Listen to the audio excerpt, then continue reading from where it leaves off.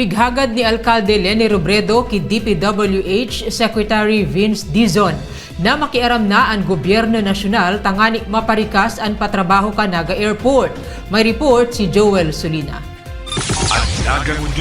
Apera ka mga problema sa pagmaasin kahagadan para sa mga pagtapos kan mga ongoing dangan dugang mga infra project sa syudad. Pinaabot man personal ni Alcalde Leni Robredo kay DPWH Secretary Vince Dizon kang aldaw na Sabadong magbisita ini sa syudad ng Naga ang abala ng patrabaho sa Naga City Airport.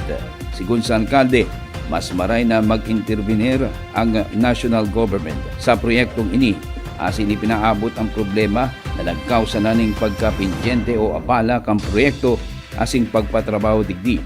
Ngaring mahidali na asin makumpleto na ang nasambitan ng aeropuerto. Tinanang doon kang alkalde kan syudad na dakula ang epekto kay ni sa ekonomiya asin pagbuhay huli kang abalang pagpatrabaho ka mga siring na vital hub na nagtatao ning kagianan asin serbisyo sa mga pasahero asin mga kargamentos. Sinabihan ko si Secretary Dizon na number 1 na problema talaga natin aside from floods, yung Naga Airport. So nagsusubok ako sa kanya about yung mga problema sa Naga Airport. Sabi ko sana sir, mag-intervene na ang national government. Sabi ko sana by 2027 yung kakulangan na pondo ibaba na lahat rather than inuunti-unti. Kasi for 2026 440 million lang yung nasa NEP natin. Kulang na kulang yun. So sabi niya, lalakarin niya, kausap niya daw si Secretary Banoy, tapos sabi niya din si Executive Secretary ES, para mas special, parang special fund. Nag-promise nga ako sa kanya na kakausapin ko din si Executive Secretary Ralph Recto. Kasi malaki-laki yung kailangan. Pero sabi niya, isasabi niya kay Presidente yung problema natin sa Naga Airport. Yun yung pinaka-significant.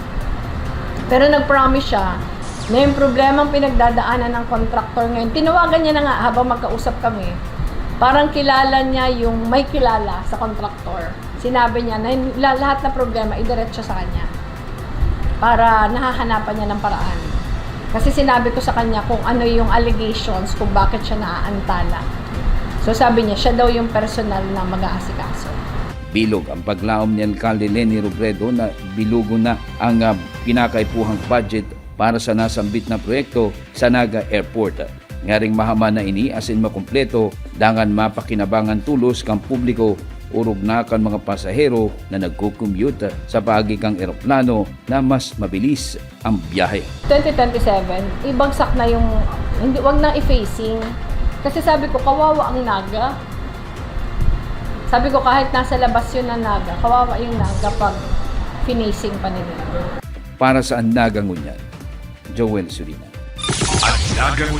Ika ako kita ang Naga. Antabayan ang iba pang impormasyong may kinaaraman sa Lambang Nagenyo. Ang Naga Ngunyan sa ngaran kan sa Kuyang Pag-iriba sa Public Information Office na pinamamayuhan ni Jason Nyola. Ako si Riza Mostar Santos. Diyos mabalos.